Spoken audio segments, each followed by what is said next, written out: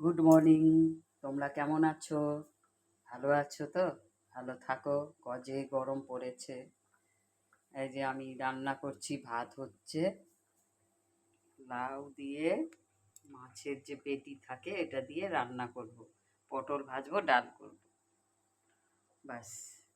আর কি রান্না করব? গরমের মধ্যে লাউ খাও, শশা খাও, এসব খাওয়া খুব ভালো। গরম যে পড়ছে, টক দই খাও। আর লাইক কমেন্ট শেয়ার করে দিও।